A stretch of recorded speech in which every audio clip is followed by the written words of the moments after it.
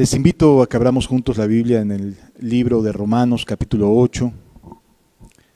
Libro de Romanos capítulo 8, versículo 28.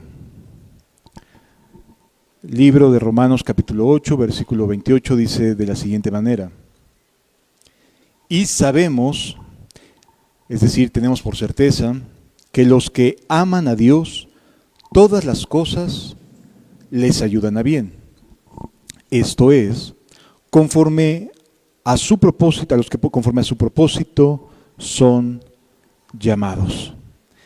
Existe dentro del plan original de Dios el deseo de que seamos personas que sepan vencer en este mundo, que sepan tener dominio propio, que sepan tener autocontrol, que sepamos ser más que vencedores por medio de aquel que nos amó. Y esto es justamente lo que vamos a estudiar acerca de la historia de un personaje bíblico que tiene en su forma de procesar las cosas, en su forma de vivir, una seguridad en Dios de la cual tenemos que aprender todos los presentes. Porque si alguien sabe que amar a Dios le da la victoria, es este personaje que vamos a estar estudiando. Vale la pena decir que no es alguien de renombre, porque haya hecho cosas grandiosas, porque la vida sobrenatural de este personaje bíblico hubiera estado a la altura de un Elías, de un Jeremías, etcétera, sino que vamos a hablar de un ser humano mucho más cercano a lo que cada uno de nosotros quizás hemos experimentado o podemos experimentar, porque no todo el tiempo nos pasan cosas sobrenaturales. Sí, hay cosas que agradecer y que glorificar a Dios, pero el resto del tiempo necesitamos tener una vida estable, una vida de compromiso con Dios, independientemente de las cosas que Dios nos ha permitido experimentar y vivir. Así que este personaje bíblico nos va a hablar mucho más del día a día de nuestra fe que de las cosas sobrenaturales que sí puede haber, pero que no son tan frecuentes como para basar nuestra Biblia nuestra vida en experiencias, sino en una vida consagrada y dedicada a Dios. No estamos diciendo que no ocurran, lo que estamos diciendo es que en el día a día es mucho más precioso la fidelidad a Dios que las cosas que suelen salir fuera de nuestra comprensión. ¿De acuerdo? Vamos a leer juntos en el Antiguo Testamento, por favor, el libro de Ruth. Está dentro de lo que se conoce como libros históricos, antes de Job y después de los libros pentateucos, se encuentra el libro de Ruth. Y vale la pena reflexionar varias cosas acerca de esta mujer.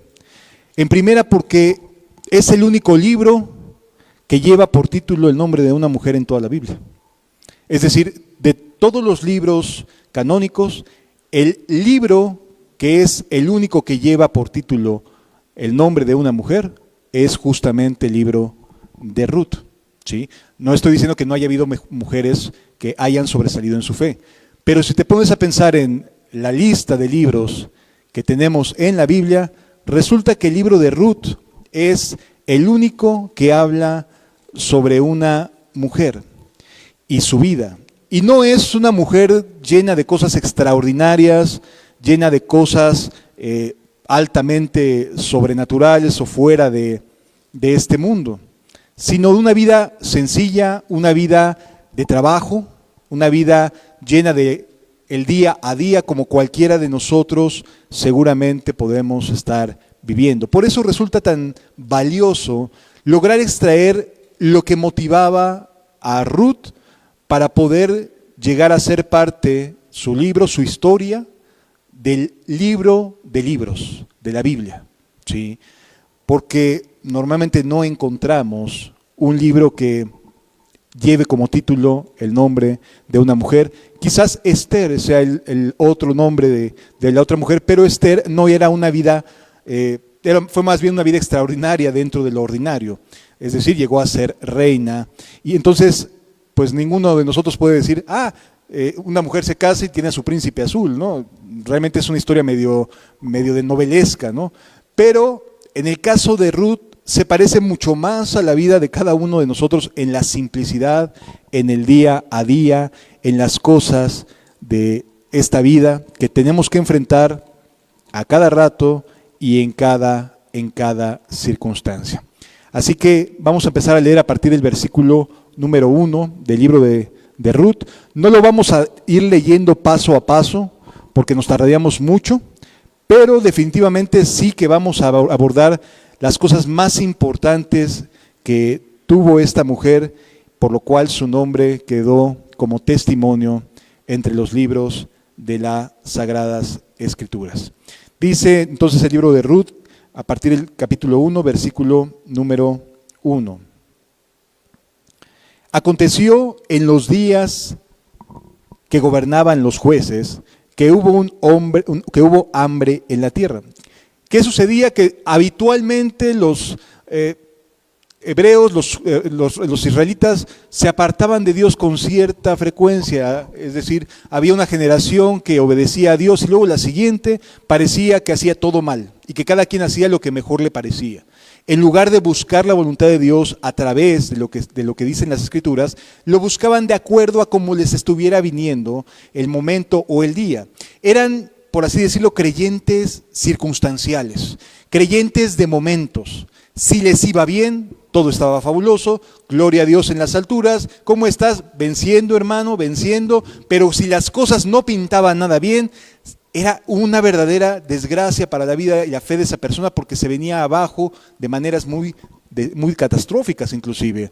Así que la Biblia nos enseña que si bien es cierto hay momentos en los cuales pasamos por valles de sombra de muerte, estos no permanecen en nuestras vidas. Los valles de sombra de muerte son situaciones momentáneas que atravesamos todos aquellos que tenemos fe en Cristo. Pero no son permanentes y no podemos justificar nuestro presente basándonos en un valle de sombra de muerte donde nos sentimos por un momento en soledad absoluta. ¿Sí? Por lo tanto, nuestra fe debe estar cimentada en Dios. Aquí vemos un momento en el que hubo hambre entre los judíos, en la tierra de Israel. Dice la Escritura, y un varón de Belén de Judá fue a morar a los campos de Moab, él, su mujer y sus 2 hijos. Este hombre buscaba la manera de sacar adelante a su familia cada día, ahí en Israel. Sin embargo, las cosas no pintaban nada bien. Había una gran escasez, no se daban los alimentos, por más que sembraban, no producía la tierra, estaba seca, estaba sin minerales, estaba llena de abrojos, no producía nada para alimentarse. Y él, este varón, que era de Belén, vivía en Belén, toma la decisión más difícil que cualquiera puede tomar en un momento dado. Tener que mudarse. Tener que mudarse no para tratar de que me gusta tal o cual lugar y me voy a ir porque me gusta el paisaje, me gusta cómo se ven los árboles. Y su mudanza no fue por placer, fue por necesidad. ¿Sí? Es decir, este varón toma la iniciativa de agarrar a su mujer, a sus 2 varones, hijos, y de irse a tierra extranjera. Los campos de Moab eran tierra extranjera en relación a los campos y la tierra de Israel. Es como aquel que toma la decisión por circunstancias de irse a vivir fuera de México o del país de origen. Y se lleva toda su familia, porque ya su lugar, su país, aunque tuviera un espacio, una propiedad, no le está dando lo suficiente. No le está permitiendo alimentar y proveer para los suyos. Así que toma la decisión de mudarse fuera de Israel, a los campos de Moab, aunque ello implicara un sacrificio familiar. Continúa diciendo las Escrituras. El nombre de aquel varón era Elimelec, y el de su mujer, Noemí. Y los nombres de sus hijos eran Mahalón y Kelión, efrateos de Belén de Judá. Continúa diciendo la escritura. Llegaron pues a los campos de Moab y se quedaron allí. Vieron que había suficiente tierra fértil, tierra que no estaba padeciendo de la escasez de agua, de la falta de producción de alimentos, y entonces toman la decisión de quedarse allí. Una de las cosas que a veces no solemos considerar cuando tomamos decisiones es lo que vamos a hallar en aquellos lugares. Moab eran las tierras que antes fueron de Sodoma y Gomorra o de las ciudades del valle, ¿sí? Moab es descendiente de Lot, del incesto de Lot con sus hijas, con la hija mayor. Así que ellas con sus familias se asentaron en estas tierras donde habían estado las ciudades de Sodoma y Gomorra. Nuevamente encontramos que el entorno sí afecta la vida de las personas. En este caso, este hombre, este varón, va buscando la mejor opción para salvaguardar la vida de su familia. Así que encuentra que en estas llanuras hay producción de alimentos y puede trabajar. No estaba pidiendo que le regalara nada, podía trabajar. Así que llega a aquel lugar y se asienta durante 10 años. Durante este periodo sucedieron muchas cosas. Quizás empezaron bien. Comenzaron a trabajar él y sus hijos y comenzaron a tener alimento y comenzó a haber fertilidad en la casa de Elimelec y comenzaron a poder nutrirse. Y entonces comienzan a tener un cierto momento de tranquilidad, de holgadez económica, de holgadez alimentaria, de tranquilidad en sus familias. De tal manera que sus 2 hijos terminan casándose con mujeres nativas de estas tierras, ¿sí? Con sus particularidades, culturas y creencias, estos 2 varones hijos de Elimelec van a casarse y tomar mujeres de aquella tierra que fue en algún tiempo Sodoma y Gomorra, o bueno, aquella llanura, ¿sí? De tal manera que se puede esperar que el ambiente podría mezclarse entre la cultura de los moabitas y la cultura de los israelitas. Pero sucedió algo muy hermoso y fue que las 2 mujeres más bien empezaron a moverse en la dirección de servir al Dios de Israel. Comenzó a suceder algo en el corazón de ellas por el tipo de costumbres que tenían los israelitas, que tenía el matrimonio de Elimelec y Noemí, y comienzan ellas en este caso las mujeres, a mover su fe hacia el Dios de Israel. Continúa diciendo la escritura, y murió Elimelec. Oh, todo iba bien, todo pintaba bien, estaban teniendo abundancia, estaban creciendo en sus hortalizas, en sus campos sembrados, iban bien y de repente alguna enfermedad, alguna circunstancia genera la pérdida de Elimelec. Muere el esposo de Noemí. Esto para aquella época, y es importante que podamos contextualizarlo, era algo grave, muy severo. Porque las mujeres, desde el punto de vista legal, no podían negociar en aquellas tierras. Hoy sí pueden negociar, hoy sí pueden defender sus derechos y pueden acudir a las autoridades para defender sus propiedades, etc. En aquella época no, en aquella época los negociantes eran los varones. Y si alguna mujer en lo particular se atrevía a pretender negociar, era más bien menospreciada, era más bien hecha a un lado, era sobajada, ¿sí? No era bien recibido, no era bien visto que la mujer negociara. De hecho, una mujer que quedaba viuda quedaba a la deriva desde el punto de vista legal. Se requerían una serie de procesos para poder asegurar en alguna manera la vida y la economía y el sustento de una viuda. Pero por lo general no era propio de una mujer poder trabajar en este caso, negociar, irse de comerciante, quizás con lo que habían logrado juntar como familia, no era bien visto. Bueno, la muerte del varón, triste, lamentable, pero tenía otros dos. Y justamente estos dos pierden también la vida sin haber tenido hijos. Es decir, lo que parecía una muy buena decisión de irse a vivir a otro lado, de repente todo se oscureció. De repente todo se vino abajo. No había luz en el camino de estas mujeres.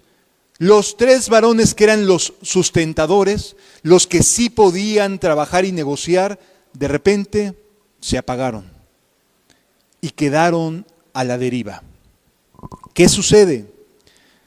Dice la Escritura, los cuales tomaron para sí mujeres moabitas, el nombre de una era Orfa y el nombre de la otra mujer Ruth, y habitaron allí unos 10 años, y murieron también los dos, Mahalón y Kelión, quedando así la mujer desamparada de sus dos hijos y su marido, y solo con sus nueras. Se tenía la costumbre en aquella época de que la responsabilidad de la manutención, del sustento, del cuidado, recaía sobre el varón, y la mujer con la que se casaba pasaba de una población o de un pueblo a servir al otro pueblo de donde era su esposo. Cuando se pierden las vidas de ambos varones también, quedan a la deriva desde el punto de vista material, pero también quedan a la deriva desde el punto de vista de la fe, de las certezas que podían tener, de la seguridad, de ¿y ahora qué hacemos? ¿Por dónde le entramos? Porque estaban las tres mujeres solas en un mundo muy hostil, donde se ocupaba de la figura varonil para hacerle frente a las posibles invasiones, a las circunstancias que se presentaran, donde el varón tenía que salir al frente de la batalla, donde el varón tenía que salir a sacar pecho y decir, aquí estoy y no se meten con mi familia.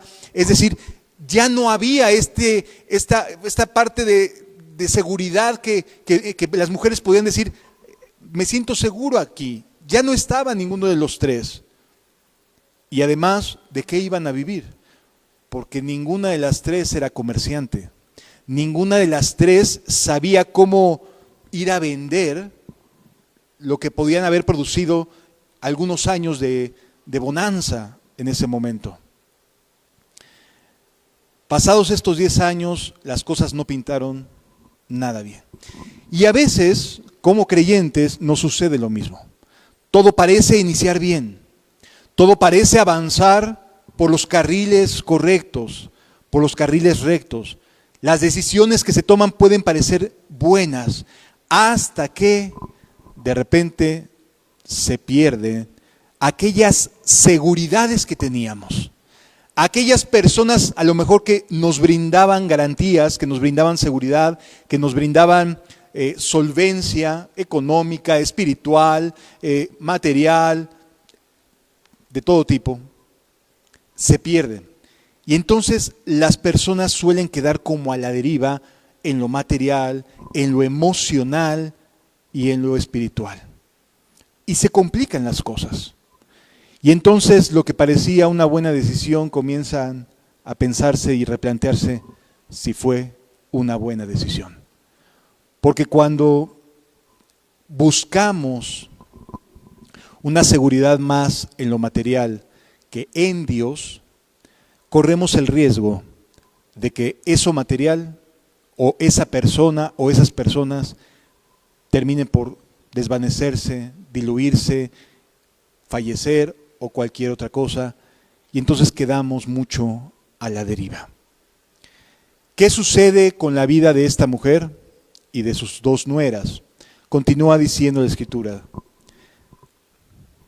Entonces se levantó con sus nueras y regresó de los campos de Moab, porque oyó en el campo de Moab que Jehová había visitado a su pueblo para darles pan. ¿Qué había sucedido? La estaban pasando muy mal,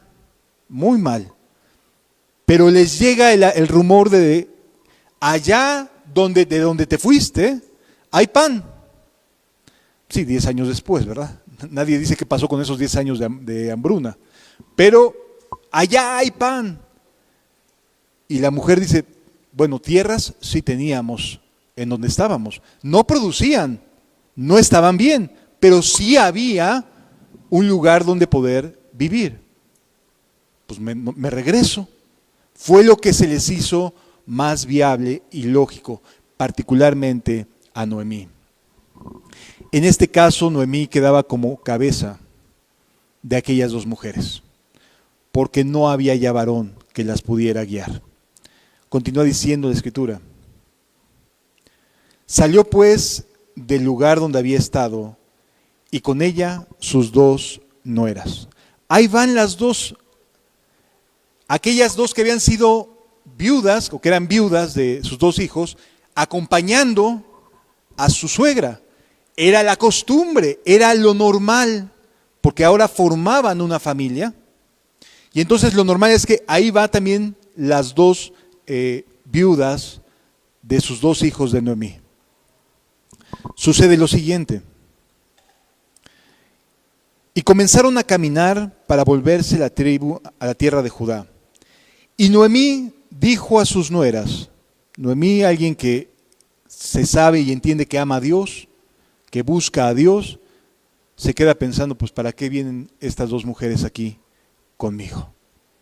¿Por qué razón vienen acompañándome en esta travesía cuando sus tierras están aquí? Su familia está aquí, su parentela está aquí. ¿Qué sentido hace que vengan acompañándome cuando está aquí su familia? Yo ya no les puedo ofrecer nada, porque Noemí no podía ofrecerles nada. Ya era una mujer de edad y las dos mujeres eran más jóvenes.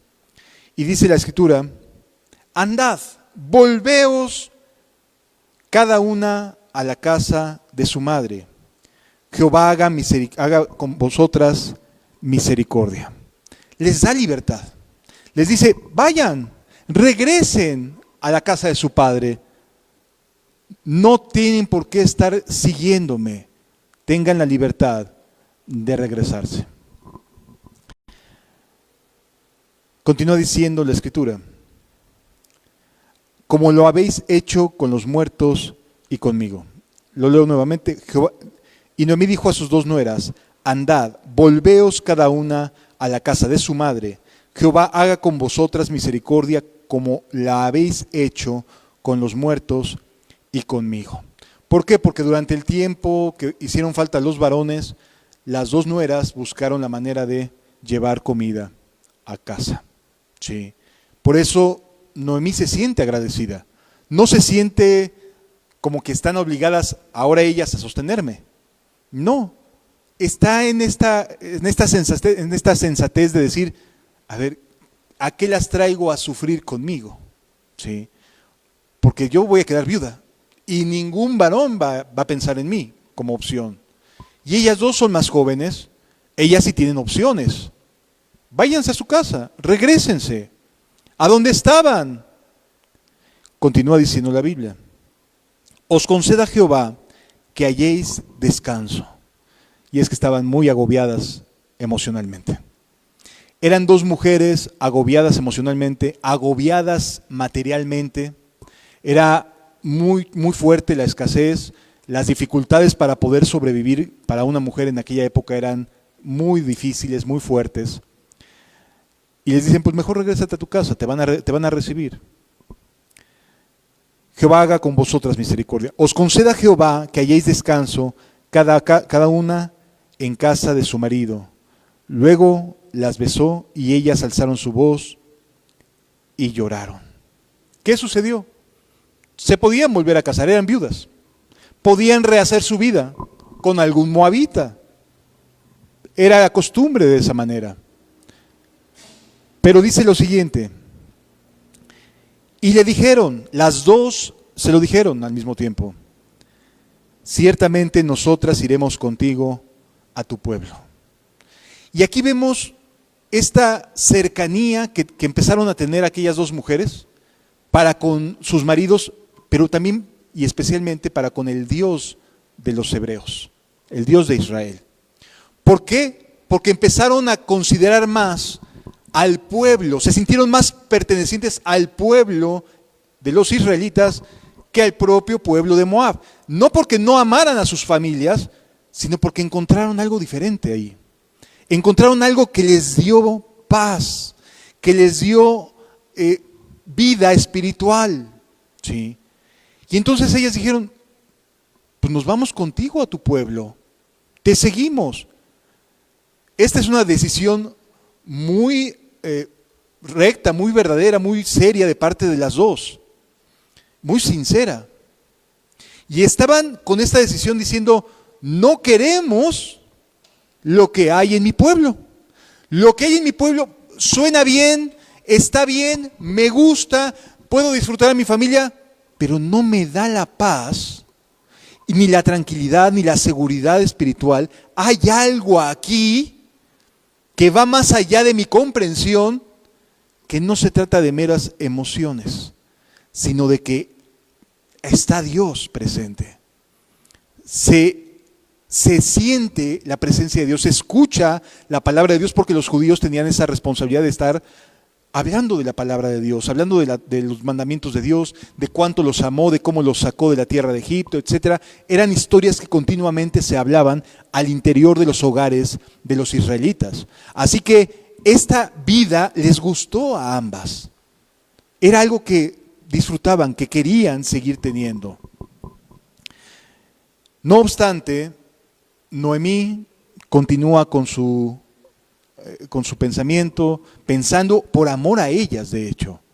No era un amor de ya no las quiero aquí, vámonos, váyanse para allá, me estorban. No, era algo que tenía que ver con amor. No quería que sufrieran aquellas dos mujeres. Sí, no quería que sufrieran. Y Noemí sabía que si entre los campos de Moab fue más o menos sobrellevable el que fueran moabitas las esposas de sus hijos, en Judea no iba a ser para nada sencillo que se recibiera a un extranjero. ¿Sí me doy a entender? Era algo complicado.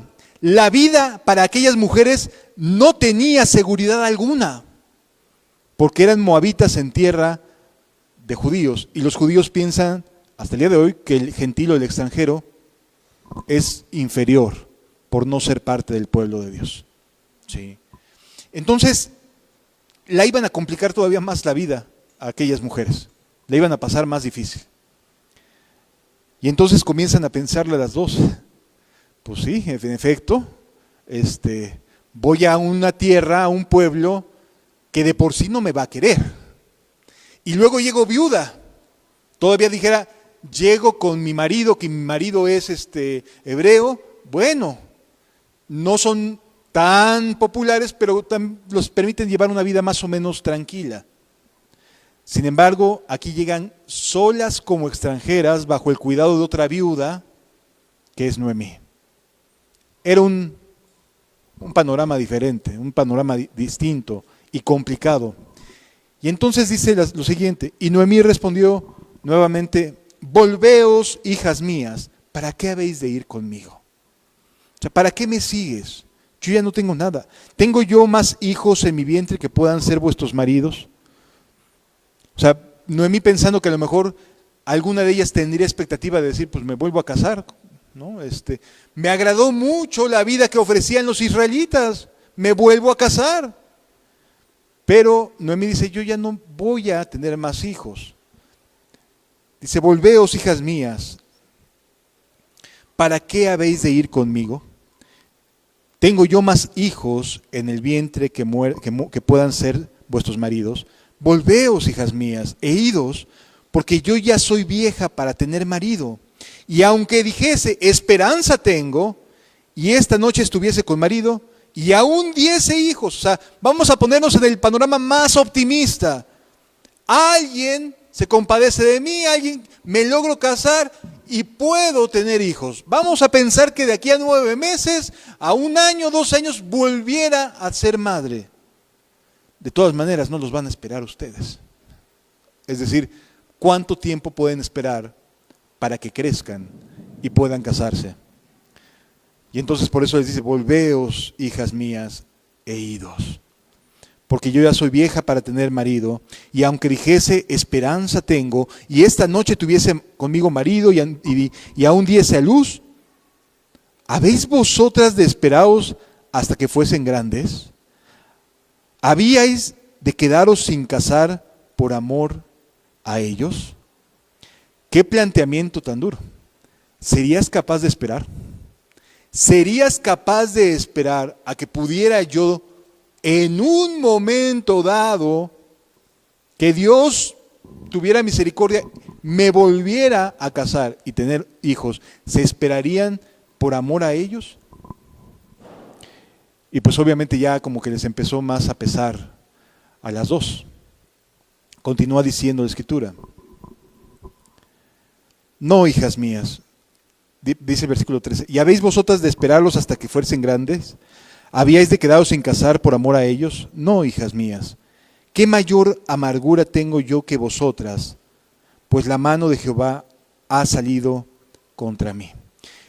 Fíjense cómo aquí Noemí entiende que Dios es Dios y que no está obligado Él a hacerme feliz a mí, a hacerme favores a mí, a salir, a que yo le diga qué es lo que quiero que haga y lo tenga que hacer. Noemí había entendido, Dios me está generando amargura, me está generando una situación difícil de enfrentar, y no está enojada contra Dios. No ves a una Noemí quejándose amargamente, está haciendo conciencia, es que Dios, por las razones que Él tenga, no me está bendiciendo, me quitó a mi marido, me quitó a mis 2 hijos, y tengo que regresar sin nada a la tierra de Israel. No es fácil de asimilar, hijas mías. Dios, por las razones que Él como soberano tenga, me está complicando la vida y no tengo nada para ofrecerles. Hoy en día con mucha facilidad la gente se queja contra Dios. Es que míralo, Señor, no me ayuda. Es que mírala, Señor, esto. Es que mira esto, mira aquello. Y fácilmente se quejan contra Dios, pensando que Dios en su soberana sabiduría y omnipotencia está queriéndonos dañar. No, Dios no busca dañar a sus hijos, no busca dañar a este mundo. Lo que quiere es que seamos fieles, a pesar de las circunstancias, a pesar de cómo nos puede estar yendo. Poder ser fiel a Dios y tener un pensamiento correcto de Dios, a pesar de que me esté yendo mal, es algo que Él valora mucho. Es algo que en su corazón le hace esbozar una sonrisa y decir, es mi hijo. Porque cuando le va mal, me ama. Y cuando le va bien, me ama. Y cuando las cosas pintan mal, me sigue amando. Y no sale huyendo y no sale corriendo. Me sigue amando. Esa lealtad y esa fidelidad es la que Dios busca en nuestro carácter. ¿Sí? Así que, ¿cuál de las dos se atreverá a seguir o ninguna de las dos? Continúa diciendo la Escritura. Y ellas alzaron otra vez su voz y lloraron. ¿Había amor en esa relación? Sí. Se amaban realmente. Ahí no había nada de que, ay, cuidado con la suegra, ¿no? No. Ahí realmente había amor entre ellas. Se buscaba hacer el bien una a la otra. Pero en este caso, Orfa sí se despide.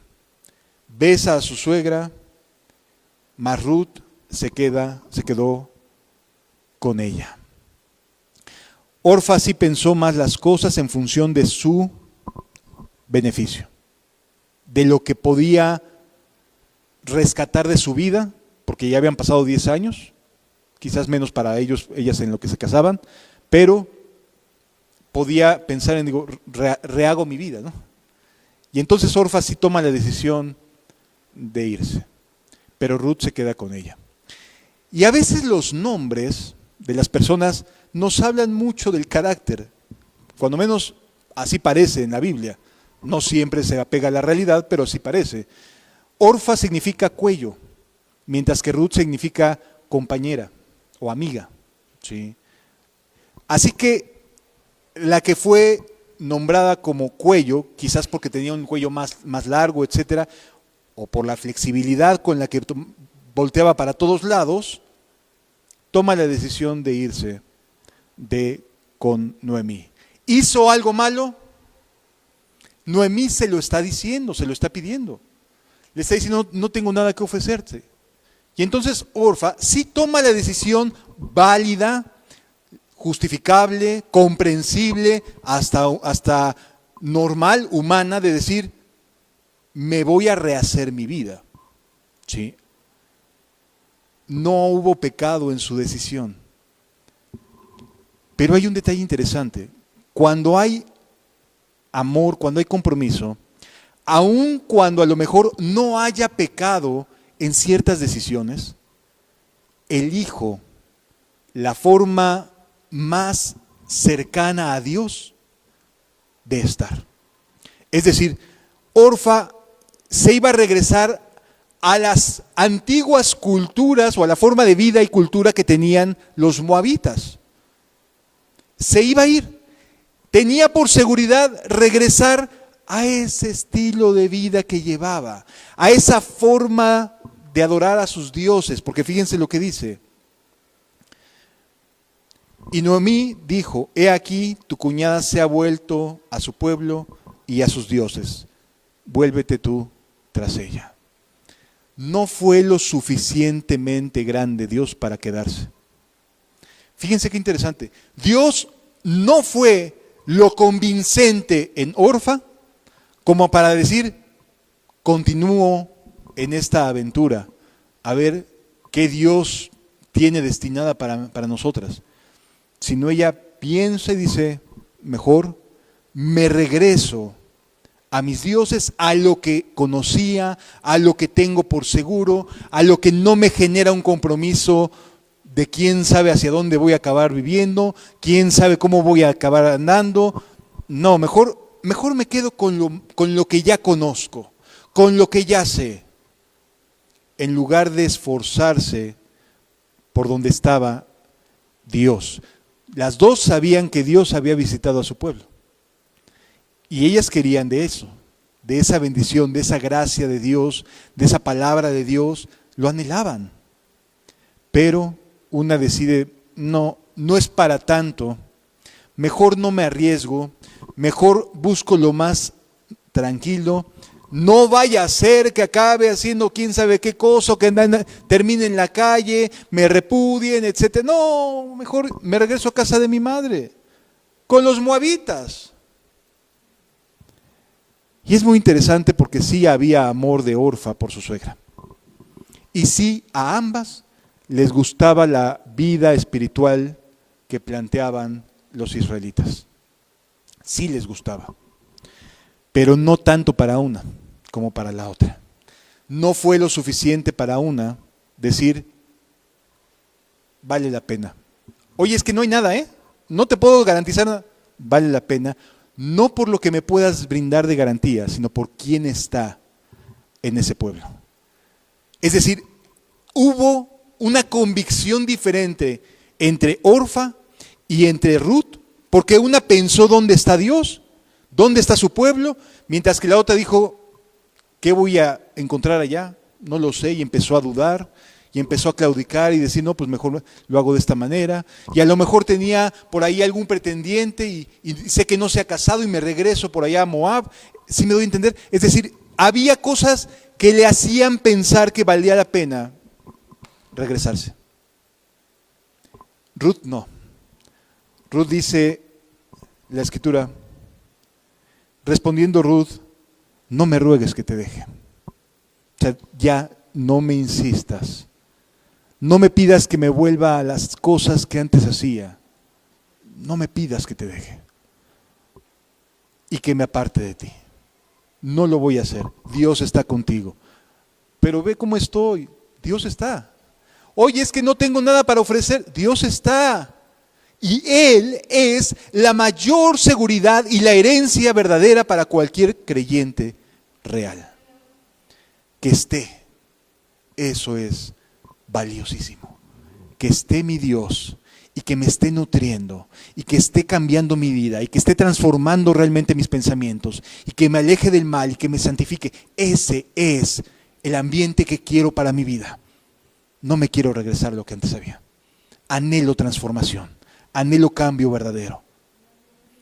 Y Ruth dice, no me pidas que me vaya. No me pidas que me aparte de ti. Tu pueblo, dice, no me ruegues que te deje y que me aparte de ti, porque donde quiera que tú fueres, iré yo. En Noemí se reconocía la presencia de Dios a pesar de que le estaba yendo como en feria. Es decir, ¿le estaba yendo mal económicamente? Sí. ¿Había perdido a sus hijos? Sí. ¿Había perdido a su esposo? Sí. ¿Había perdido a sus hijos? Sí. No le estaba yendo bien a Ruth. ¿Fue suficiente para decir, me lanzo de aquí, me voy y evito todo? No. No fue suficiente para Ruth. Ruth notaba que en Noemí estaba la presencia de Dios, aunque a lo mejor las circunstancias en ese entorno, en ese momento, no fueran de provecho. No le estaba yendo bien económicamente, no le estaba yendo bien espiritualmente, no le estaba yendo bien, pero Dios estaba. Y aunque fuera la mujer sola y viuda, valía la pena, no por la mujer per se, sino por quién va con esa mujer. Cuando aprendemos y aprendamos a reconocer a Dios, no nos apartemos, amados. Si Dios está, mantengamos cercanía. ¿Por qué? Porque Dios está. Y donde Dios está, aunque puede haber diferencias, Dios está. Y vale la pena estar donde Dios esté. Por esa razón, dice la Escritura, que Ruth toma la decisión de decir, yo me voy, dice, donde quiera que tú fueres, iré yo. Y donde quiera que vivieres, viviré. Qué impactante. Qué impactante. Donde quiera que tú, Noemí, viuda, sin nada que pueda brindarme, estés, por el simple hecho de que está Dios contigo, porque eso sí lo noté, eso sí lo pude ver, aunque perdiste a tu marido y a tus 2 hijos, con todo, Dios está contigo. Sigo contigo. No tenía nada que ofrecer, pero sí estaba Dios con ella. Y eso vale mucho más que cualquier seguridad en este mundo. Sí. Continúa diciendo, tu pueblo será mi pueblo y tu Dios mi Dios. Porque la paz que tienes, Noemí, no es cualquier cosa. La manera en la que enfrentaste tu propia viudez, la pérdida de tu esposo. Miren, no hay cosa más difícil que la pérdida humana. El estado emocional más dramático que podemos enfrentar es la muerte de un ser amado, de un ser querido. Es la peor circunstancia que enfrentamos los que nos quedamos. Y saber cómo enfrentarlo testifica de quién está dándole la paz y el consuelo a las personas. Me ha tocado ir a distintos velorios por la responsabilidad pastoral. Y la verdad a veces es que es desgarrante la manera en la cual la gente llega a vivir, a experimentar, a gestionar esos momentos. Hay gente que se pone de verdad muy mal. Pero en Noemí había algo que a Orfa y a Ruth les pareció que valía la pena seguir. Nada más que Orfa la pensó demasiado y dijo, no, mejor yo me regreso a lo que estaba, a donde estaba. Continúa diciendo la Escritura, versículo 17, donde tú murieres, moriré yo, y allí seré sepultada. Así me haga Jehová y aún me añada, que solo la muerte hará separación entre nosotras 2. ¿Por qué tanta lealtad? ¿Era una lealtad por sí misma a su suegra o a lo que veía en su suegra? A lo que veía en su suegra. Es decir, Dios testificó a través de Noemí de tal manera que provocó la conversión real de una de sus dos nueras. Ruth se convirtió en verdadera discípula de Dios, en verdadera discípula del pueblo de Dios. Y no le iba a importar dónde y a dónde estuviera su suegra, ella sabía que Dios estaba ahí y que le estaba ayudando. Y decía, yo quiero seguir ahí, aún que le esté yendo y nos esté yendo como en feria. Sí. Continúa diciendo la Escritura. Y viendo Noemí que estaba tan resuelta a ir con ella, no dijo más. Dijo, pues adelante. Anduvieron pues ellas dos hasta que llegaron a Belén. Y aconteció que, habiendo entrado en Belén, toda la ciudad se conmovió por causa de ellas, y decían, ¿no es esta Noemí?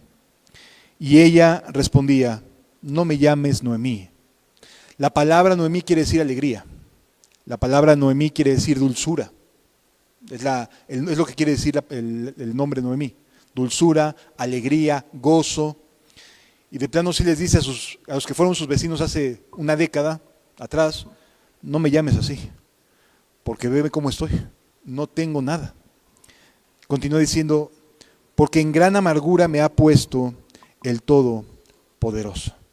Fíjense cómo asimila y dice, Dios es todopoderoso, pero ha decidido ponerme en este estado. Y no la vemos ni rencillosa, ni la vemos llena de reproches, ni la vemos, al contrario, dice, Él es todopoderoso. Y como Job, Dios dio, Dios quitó, sea su nombre bendito. A Él sea toda la gloria siempre. Y hay circunstancias que nos van a doler mucho a ti y a mí, que nos van a pesar, ¿sí? Que sabemos que van a llegar. Y uno piensa, ¿cuánto tiempo voy a tener a mi padre conmigo? ¿Cuánto tiempo voy a tener a mi madre conmigo? ¿Cuánto tiempo voy a tener a mi esposo, a mi esposa conmigo? Y lo piensa y se conmueve. Y Dios sabe que nos hizo emocionales, seres humanos emocionales, con sentimientos. Pero también sabe cómo ayudarnos en esos momentos.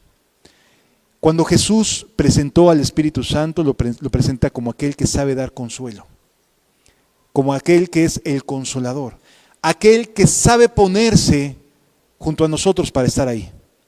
La palabra paracletos, a la que se refiere el Evangelio de Juan cuando se refiere al Espíritu Santo, dice otro consolador, dice otro paracletos.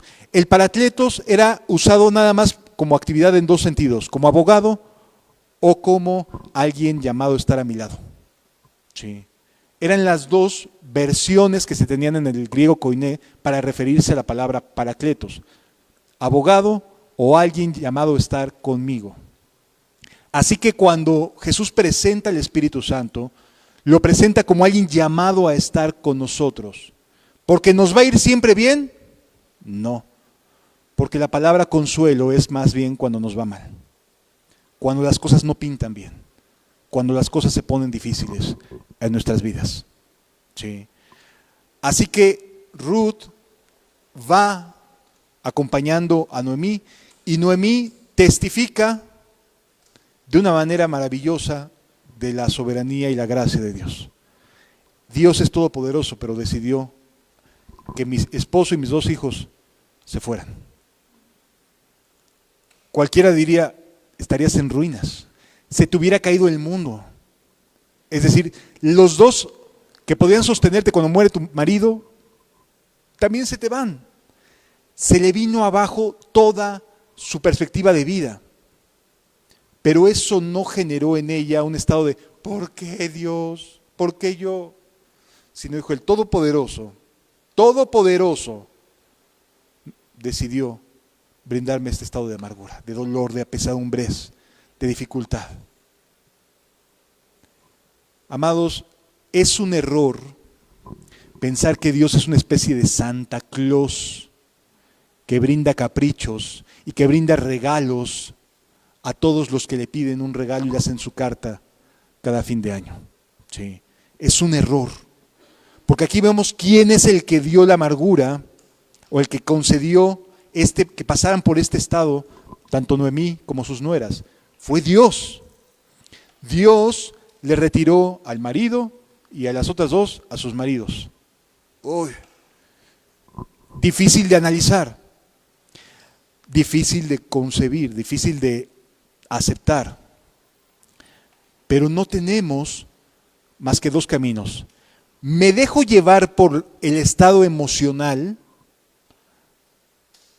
o confío en el Todopoderoso? Digo, tú sabes por qué me estás permitiendo pasar por esto, Señor. No lo estoy entendiendo, no me queda claro, pero bendito sea tu nombre por los siglos de los siglos. Y no te voy a maldecir, voy a hablar bien de ti porque no sé qué es lo que estás planeando. Y conforme vamos avanzando en la historia, el plan era mucho más grande de lo que nos imaginábamos. Pero este momento de toma de decisiones, tanto de Ruth como de Noemí, era difícil. Cuando regresan a Belén, recordemos que ellos sí tenían tierras al irse. Lo que pasa es que su tierra no producía fruto. Había una gran hambruna en todo lo que es la tierra de Judea, en todo Israel. Por eso toman la decisión de irse a los campos de Moab. Pero sí tenían terrenos. El problema a su regreso es cómo demuestras, si no tienes ni esposo ni hijos, cómo demuestras que son tus terrenos. Cuando no había leyes escritas que te garantizaran, aquí están las escrituras de tu casa, aquí están las escrituras de tu terreno. No había eso. Era por el testimonio de los varones que se le asignaba que en efecto esas tierras le pertenecían a tal o cual persona. Así que imagínate que después de 10 años de que se fueron, pues a lo mejor hasta ya les habían invadido las tierras, ¿no? Ya hasta las habría algún otro puesto a chambear y estaban ya generando cosechas. Pues no iba a ser tan sencillo decir, oye, esta tierra es mía. Pues sí, pero ¿dónde estabas durante 10 años? Yo estoy cosechando.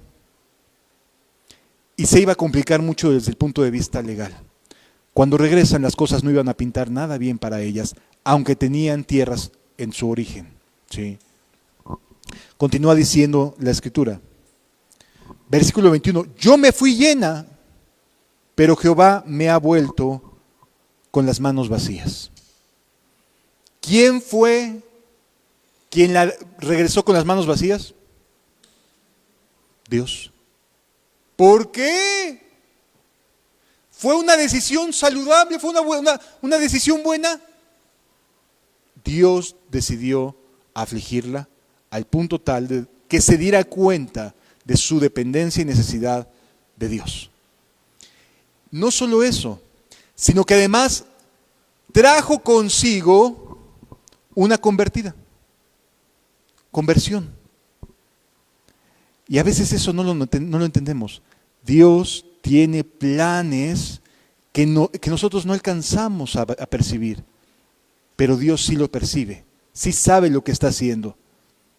Así que, continúa diciendo la Biblia, así volvió Noemí y Ruth, la moabita, su nuera, con ella, volvió de los campos de Moab y llegaron a Belén al comienzo de la siega de la cebada, pero ellos no tenían nada. No había nada para ellas. La soledad estaba allí a la puerta tocando y diciendo, ¿y ahora qué vas a hacer? Ya llegaste a tu patria. ¿Con qué llegaste? Con nada. ¿Qué vas a hacer? No, pues pongo a trabajar mis tierras. ¿Demuestra que son tus tierras? Es difícil enfrentarse a las situaciones de las decisiones que tomamos. Pero hay algo que siempre tenemos que valorar mucho. ¿Dónde está Dios? ¿Dónde se nota la presencia de Dios? ¿Dónde están los frutos del carácter de Dios? Y los frutos estaban con Noemí. Y eso Ruth era lo que estaba mirando. No estaba viendo más que al Dios de Noemí. Y quería que fuese también su Dios. Capítulo número 2, versículo 1. Aquí entramos en unos terrenos un poco legales. Vamos a hacer un poco de saltos en el tiempo para que podamos entender qué significa la ley de la redención.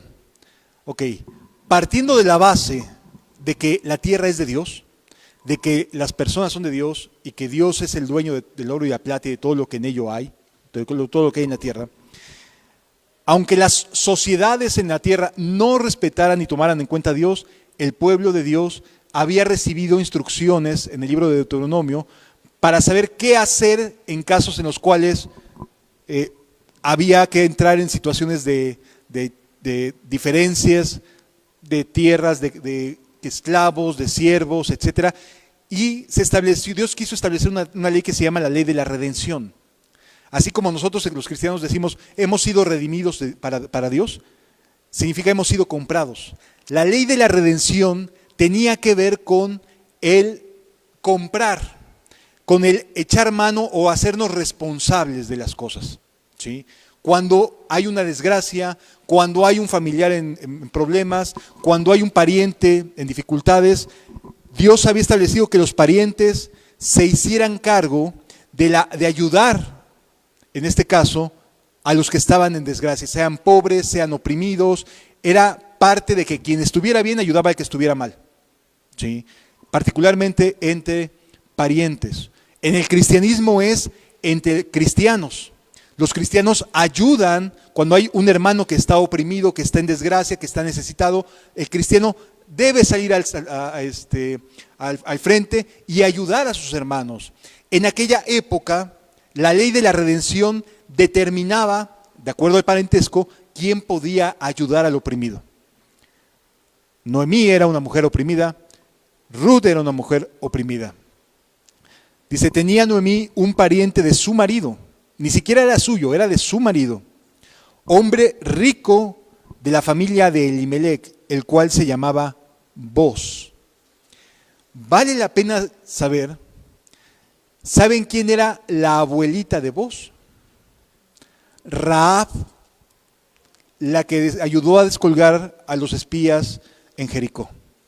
Ella, aquella ramera, que vivía como ramera en Jericó, pero que después se convierte, se salva y cambia de vida, aquella mujer es la abuelita de Boz. Dios bendijo a Rahab y a su descendencia, sí, por su atrevimiento de ayudar a los espías que fueron a Jericó. Continúa diciendo, y Ruth la moabita dijo a Noemí, te ruego me dejes ir al campo y recogeré espigas en pos de aquel a cuyos ojos halle gracia. Y ella le respondió, ve, hija mía. Cuando llegaron, Ruth no dijo, a ver, pues Noemí, pues búscale entre tus parientes, ¿no? A ver quién nos ayuda. No, Noemí agarró y se salió a chambear. Se salió a trabajar. Y dijo, me voy a ir detrás de aquellas personas que han estado, recordemos que llegaron al fin de la cosecha de la cebada. Se va detrás de aquellos que llevan los manojos de cebada. Los cebada, pues obviamente no había camiones, no había una manera segura de que no se desperdiciara nada, que no se cayera nada del producto. Y entonces, por ley, cuando a alguien se le caía de su manojo de que llevaba su carga después de haber cosechado, si se le caían ciertas espigas o ciertos del producto, no tenía que decir, ay, mira, si no me van a regañar. No era así. Lo tenían que dejar en el piso, lo que se les caía, para los pobres que llegaran detrás de ellos. Y entonces Ruth, conociendo esta ley, caminó detrás vio unos campos, dijo, bueno, pues aquí voy a ir, ahí están cosechando, me voy a esperar, y cuando ya lleven su manojo y caminen, lo que se les caiga, pues voy recogiéndolo, de las sobras, ¿sí? De lo que se va cayendo. Se puso a trabajar y no llegó a exigir nada, se puso a trabajar. Nos enseña mucho acerca del carácter que formó Dios en esta mujer. No es alguien que exige, es alguien que entiende que tiene que empezar de cero a trabajar. Y entonces comienza a recolectar los manojos. Lamentablemente, cuando algo sucedía así, los agricultores, los que hacían la cosecha, tenían esta tendencia fea a menospreciar, a hacer que la gente se sintiera incómoda, a molestar a aquellos que por pobreza tenían que ir a recoger algo de lo que se caía y tendían a menospreciarlos. Continúa diciendo la Escritura: fue pues y llegando espigó en el campo en pos de los segadores. Ahí van los segadores, lo que se les caía, pues esto me sirve para un pan para mi suegra, para mí, etcétera. O sea, comienza a tratar de juntar. Y aconteció que aquella parte del campo era de Booz, de la cual era de la familia de Elimelec. Y he aquí que Booz vino de Belén y dijo a los segadores: Jehová sea con vosotros. Y ellos le respondieron: Jehová te bendiga. Y Booz dijo a su criado y al mayordomo de los segadores: ¿de quién es esta joven? O sea, llegó el propio Booz a su campo a ver cómo estaban trabajando y se dio cuenta de que Ruth estaba ahí recogiendo espigas. Le pareció extraño y le dijo a su líder, a su mayordomo: ¿quién es esta muchacha? ¿Por qué está haciendo esto? Y entonces le contestan, el criado del mayor dice: es la joven moabita que volvió con Noemí de los campos de Moab. Para este momento ya era sabido que esta joven Ruth era virtuosa. Se había atrevido a ir acompañando a su suegra, a pesar de que su suegra no le podía ofrecer nada de vida. Y entonces eso produjo un buen testimonio entre los que estaban en el pueblo de Belén. ¿Sí? Continúa diciendo: y ha dicho: te ruego que me dejes recoger y juntar tras los segadores entre las gavillas. Entró pues y está desde la mañana hasta ahora sin descansar ni por un momento. Era una mujer de trabajo. Era una mujer que se iba a encargar de ayudar a su suegra. Porque amaba a su suegra, pero amaba más a Dios. Veía la presencia de Dios en ella. Y dijo: voy a trabajar, voy a mantener, voy a esforzarme, hasta donde Dios me permita. En este caso ni Noemí ni Ruth sabían los planes que Dios tendría hacia adelante. No sabían qué iba a suceder, pero ella dijo: voy a trabajar. Continúa diciendo: entonces Booz dijo a Ruth: oye, hija mía, no vayas a espigar a otro campo, ni pases de aquí, y aquí estarás junto a mis criadas. Le da chamba, o sea, le da trabajo. Oye, trabajó todo el día sin quejarse, pues dijo: sí vale la pena que trabaje en mi campo, ¿no? Y entonces la pone junto con sus criadas a seguir trabajando. Ella entonces, bajando su rostro, se inclinó a tierra y le dijo: ¿por qué he hallado gracia en tus ojos para que me reconozcas siendo yo extranjera? O sea, Ruth sí sabía de la clase de vida que iba a enfrentar siendo extranjera en un pueblo que menosprecia a los extranjeros. ¿Sí me debe entender? Sí sabía al tipo de cultura que se iba a enfrentar. Y entonces eso le llama la atención y le dice: ¿por qué estás teniendo compasión de mí? Yo soy extranjera. Sí. Y respondiendo Booz le dijo: he sabido todo lo que has hecho con tu suegra después de la muerte de tu marido, y que dejando a tu padre y a tu madre y la tierra donde naciste, has venido a un pueblo que no conociste antes. Por eso es algo muy valiente lo que hace Ruth. Por eso su nombre está en un libro de la Biblia.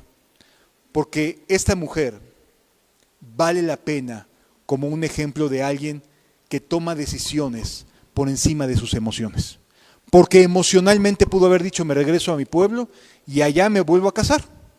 Y allá me espero. Alguien se habrá de fijar en mí porque todavía era joven Ruth. Pero decide continuar su viaje con su suegra.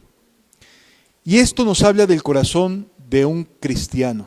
El cristiano no está donde todo le va bien, sino donde esté Dios.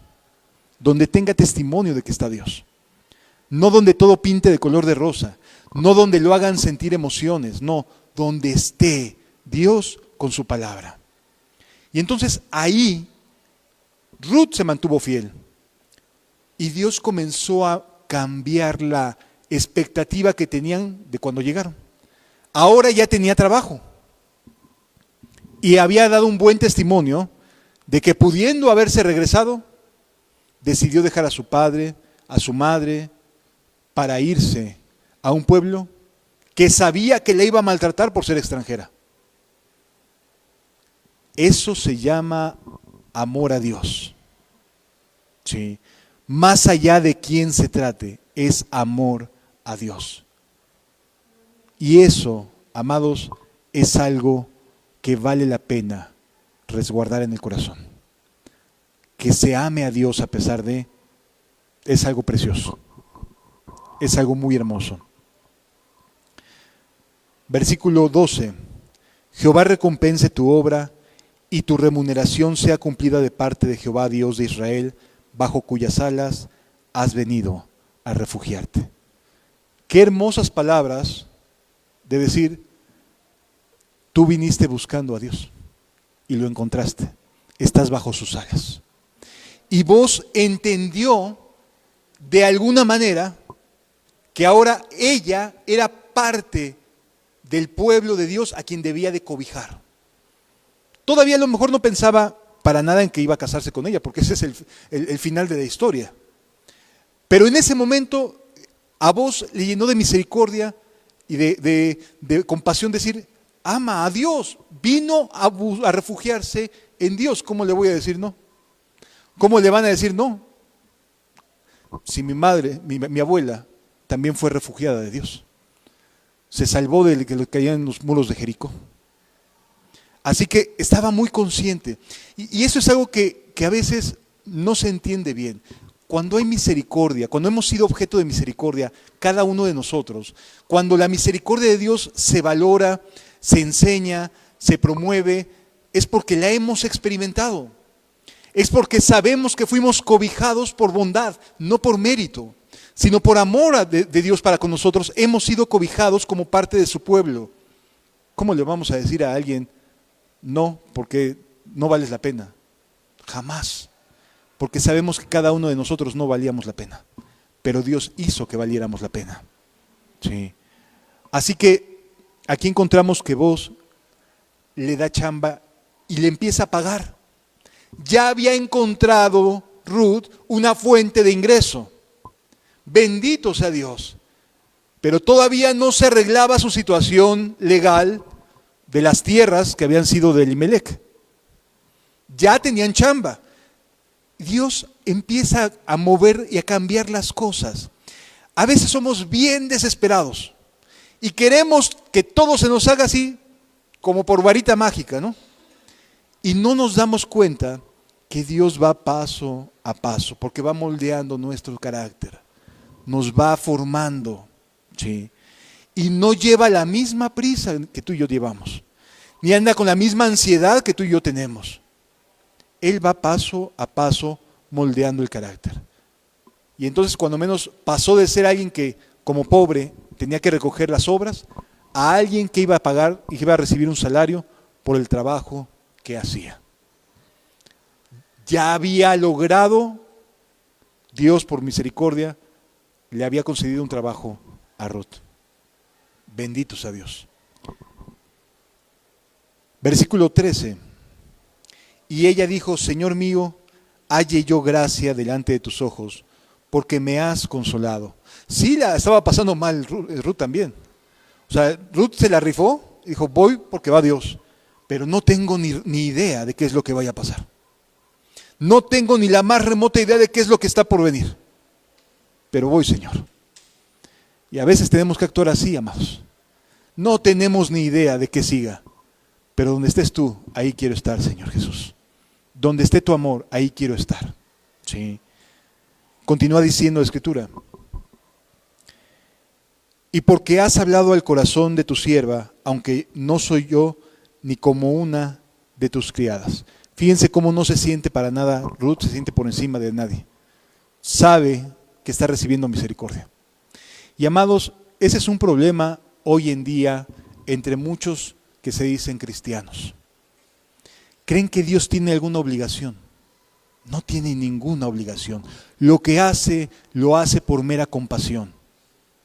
Y si queremos ser a lo mejor ese que regresa a darle gracias, bendito sea su nombre. Y si queremos ser como esos 9 que se van gozosos de haber recibido un bien, pero siguen con sus vidas perversas, allá ellos 9.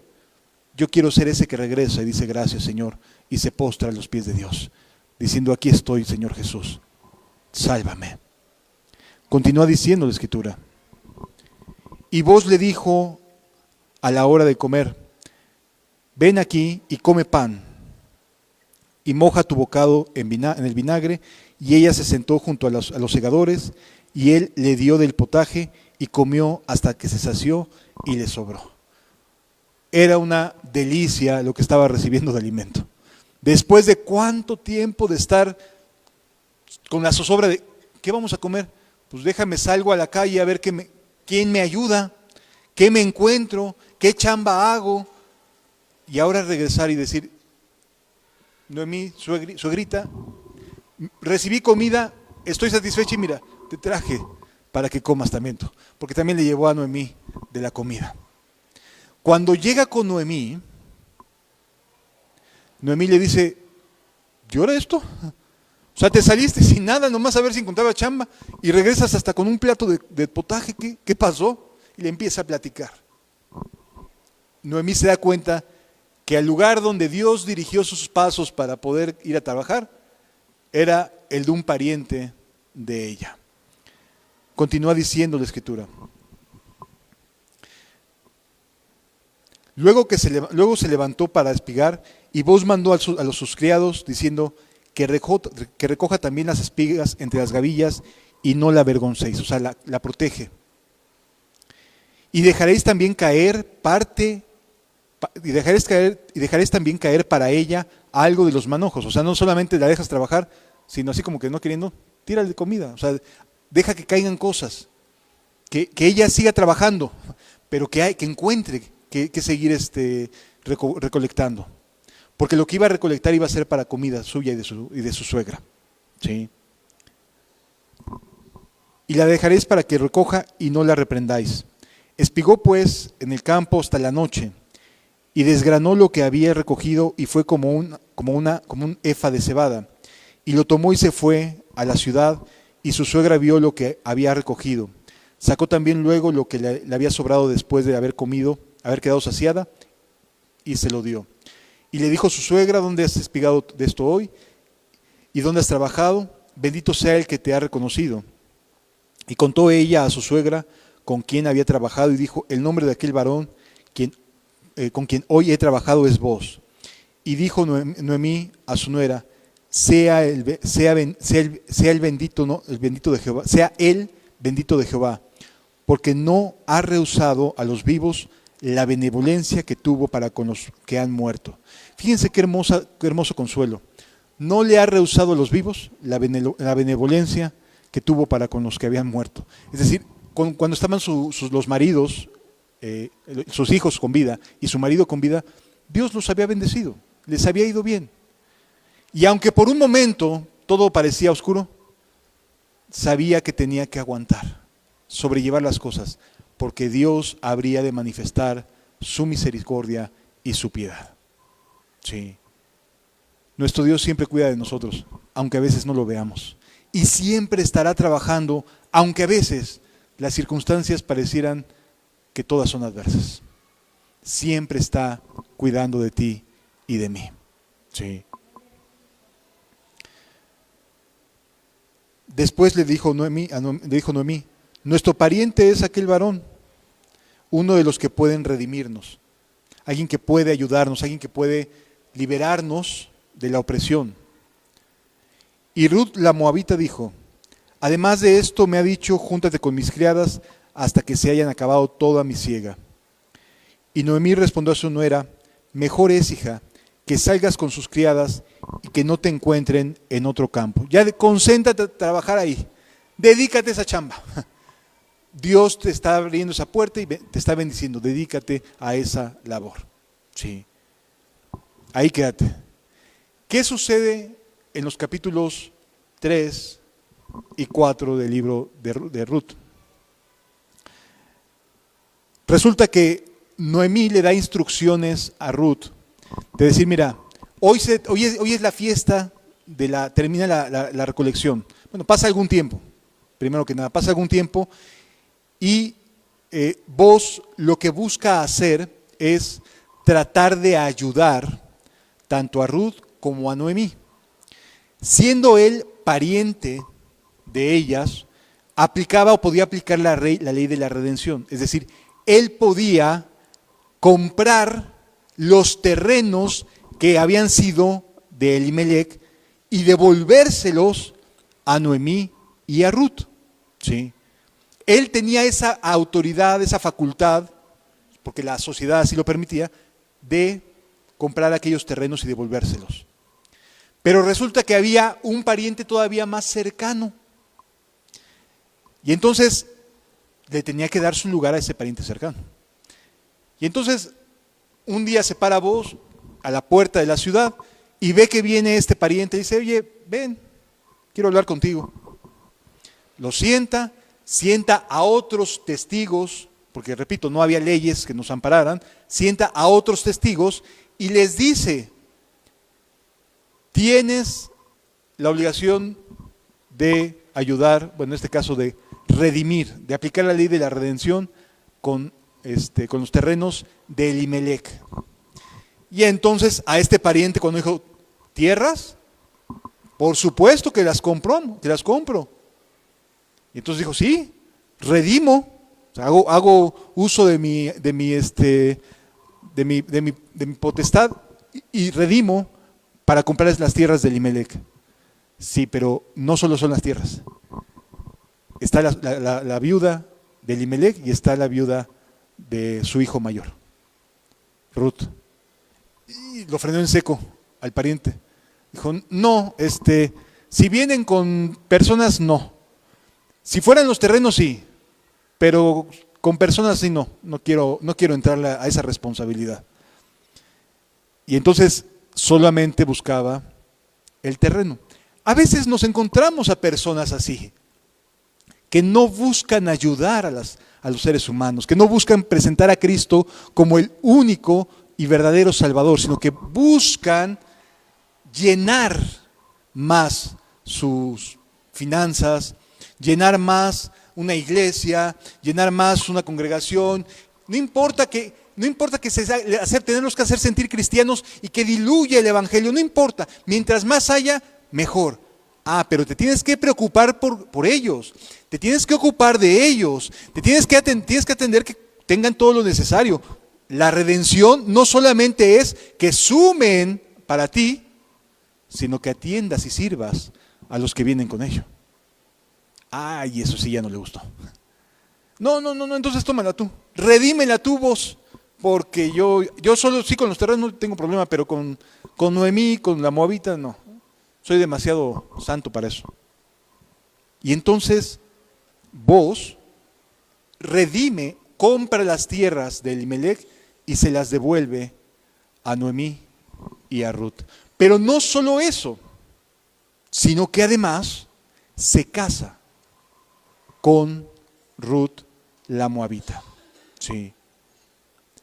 El final de la historia cambió porque Dios movió las cosas para que aquel varón tuviera la oportunidad no solamente de devolver las tierras, sino de asegurar el destino y el resto de la vida tanto de Noemí como de Ruth. Sí.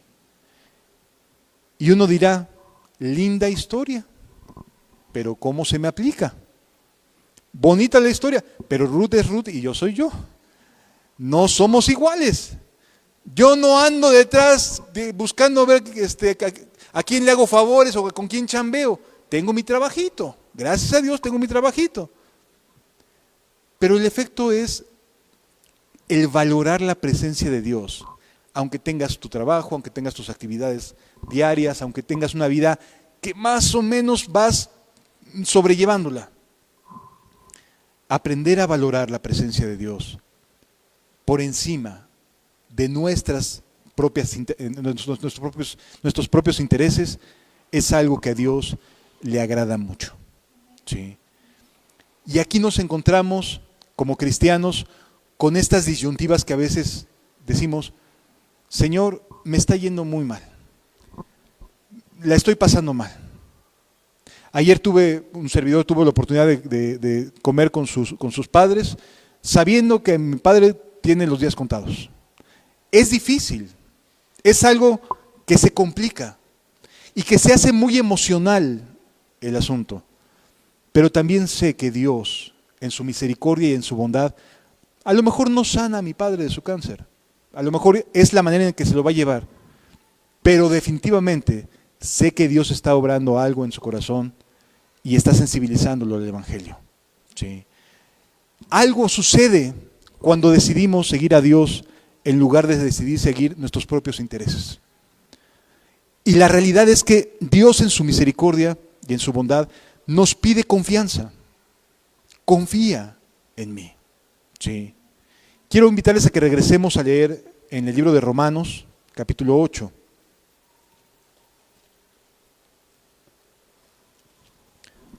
Romanos, capítulo 8.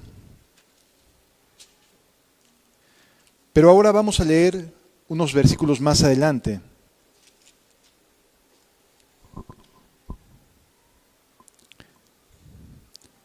Versículo 31 en adelante. Dice la Biblia, ¿qué pues diremos a esto? Si Dios es por nosotros, ¿quién contra nosotros?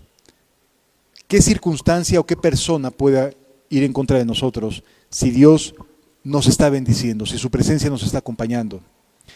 ¿Qué pues diremos a esto? Si Dios es por nosotros, ¿quién contra nosotros? El que no escatimó ni a su propio Hijo, sino que lo entregó por todos nosotros, ¿cómo no nos dará también con Él todas las cosas? Aclaro, todas las cosas que son importantes para Él, no para nosotros.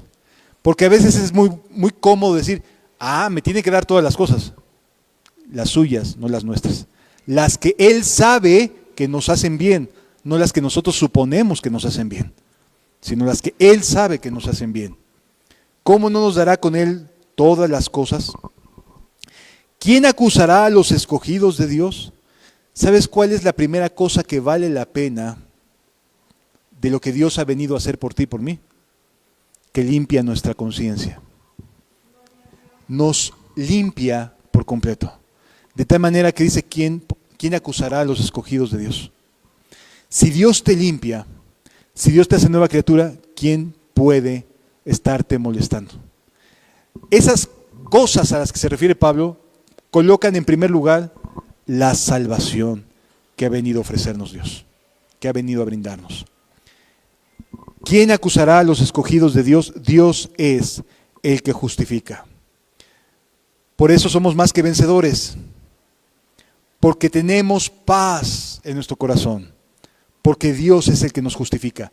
No es porque nos hayamos portado bien, sino porque Él nos amó y se entregó a sí mismo por nosotros. Por eso vencemos. Por eso, aunque las circunstancias se pongan complicadas, somos más que vencedores por medio de aquel que nos amó. Porque ya no somos nosotros los que tenemos que estar tratando de parecer justos. Ya Él nos ha hecho justos. Él nos ha limpiado en su misericordia.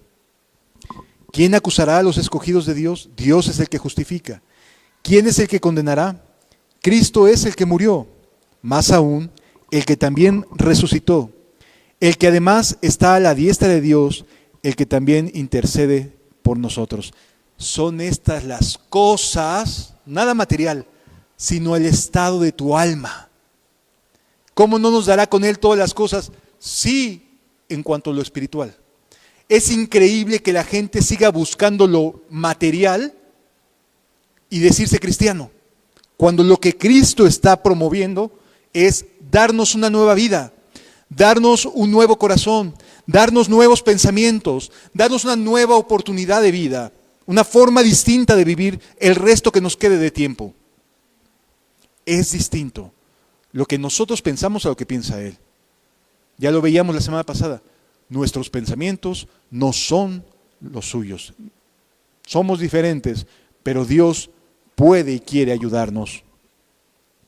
Continúa diciendo, ¿quién nos separará del amor de Cristo? ¿Tribulación o angustia? ¿O persecución o hambre o desnudez? ¿O peligro o espada? A ver, si Dios te ha salvado, Si Dios no te carga de culpa, no eres culpable a sus ojos por medio de aquel que nos amó, ¿qué puede hacer el ser humano para tumbarte? Nada. ¿Quién nos separará del amor de Cristo? Como está escrito, por causa de ti somos muertos todo el tiempo, somos contados como ovejas de matadero. Sí, a los ojos del mundo, a los ojos de los materialistas, nos está yendo terriblemente mal. Estamos justificados. Nuestra entrada es al cielo, no es aquí en la tierra. No vivimos a la luz de lo terrenal. No estamos esperando que las cosas se compongan aquí. Las cosas están preparadas y ya listas allá arriba. Y nos quedan unos años, a lo mejor menos de los que nos imaginamos, y estaremos en su presencia. ¿Quién nos podrá separar? Antes, en todas estas cosas, somos más que vencedores por medio de aquel que nos amó. Cuando tú te sabes amado, no necesitas que alguien más te esté amando o que te esté queriendo hacer sentir bien. Cuando tú sabes que Dios está contigo y te ama, eres como Noemí, que pudo haber perdido a su esposo y a sus hijos, pero sabía que el Todopoderoso estaba con ella. Y Ruth vio el amor de Dios en esta catástrofe, porque estaba la presencia de Dios con Noemí. El carácter que había formado en aquella mujer es algo que no tan fácilmente se ve. Y entonces dice, yo quiero eso. ¿Quién nos puede derrotar? Dice, antes en todas estas cosas somos más que vencedores por medio de aquel que nos amó. Por lo cual estoy seguro que ni la muerte, ni la vida, ni los ángeles, ni principados, ni potestades, ni lo presente, ni lo porvenir, ni lo alto, ni lo profundo, ni ninguna cosa creada nos podrá separar del amor de Dios, que es en Cristo Jesús, Señor nuestro. Sí te va a ir mal. Habrá momentos bien duros, pero no estás solo, no estás sola. Dios, el Paracletos, estará contigo y te lo hará saber. Sí. Dios te hará saber que su bondad está a tu lado. Pero sí necesitas estar en paz con Dios. Porque si no estás en paz con Dios, todo el tiempo tu conciencia te va a estar acusando, todo el tiempo vas a estar sujeto a tus propias pasiones y deseos, todo el tiempo vas a estar cayendo. Pero en cambio, si estás con Cristo y sigues a Cristo, Él se encarga de que nada te separe de Él. Por eso es tan hermoso y tan valioso comprender que en Cristo Jesús estamos en paz y podremos tener segura la vida eterna. La única manera de no tener esa vida eterna es que nos separemos nosotros voluntariamente de ese gran amor que Él nos ha tenido. Porque a la fuerza nadie está más. ¿Sí lo entendemos? Les invito a que cerremos nuestros ojos, por favor. No me pidas que me vaya y que me aparte de ti. Tu pueblo será mi pueblo y tú eres mi Dios. Una cosa te he pedido, no me la niegues, Señor, que todos los días de mi vivir permanezca en tu amor. Que todos los días de mi vivir permanezca en tu amor. no me pidas que me vaya y que me aparte de ti. Tu pueblo será mi pueblo y tú eres mi Dios. Tu pueblo será mi pueblo y tú eres mi Dios.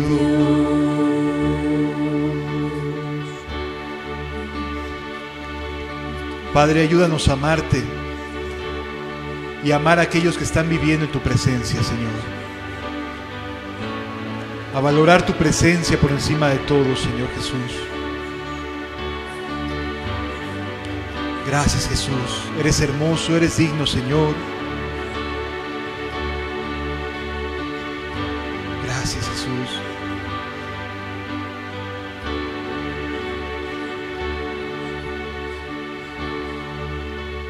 Eres hermoso, Jesús.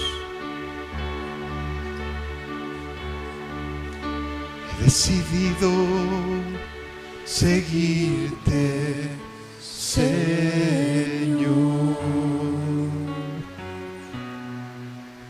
Pagar el precio de estar junto a ti. He decidido tomar la cruz,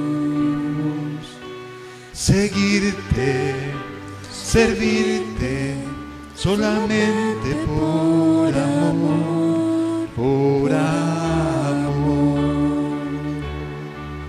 He decidido seguirte, Señor, pagar el precio de estar junto a ti. He decidido tomar la cruz, seguirte, servirte solamente por amor, por amor, solamente por amor, por amor. Tómanos para ti, Señor.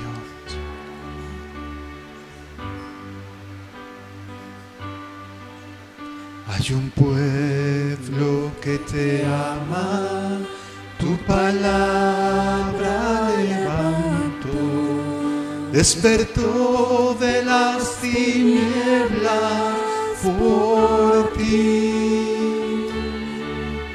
Hoy queremos servirte a ti y hacer tu voluntad. Da la luz a tu pueblo y libertad. Hay un pueblo que te ama, tu palabra levantó, despertó de las tinieblas por ti. Hoy queremos servirte a ti y hacer tu voluntad.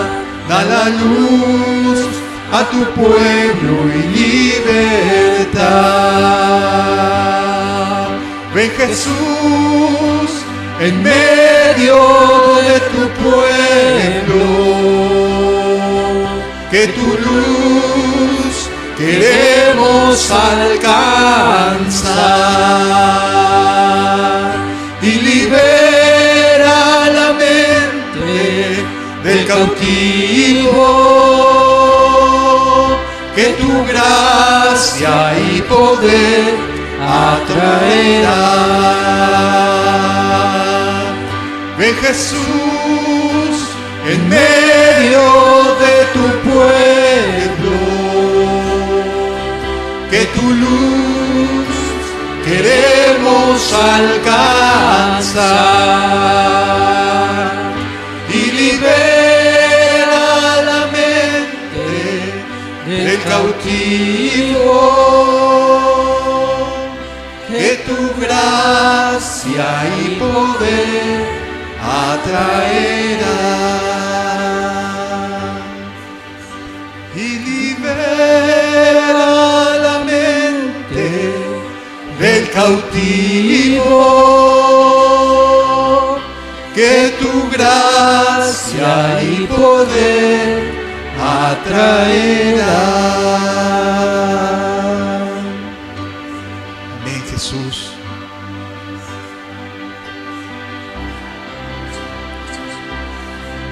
Eres hermoso, Cristo.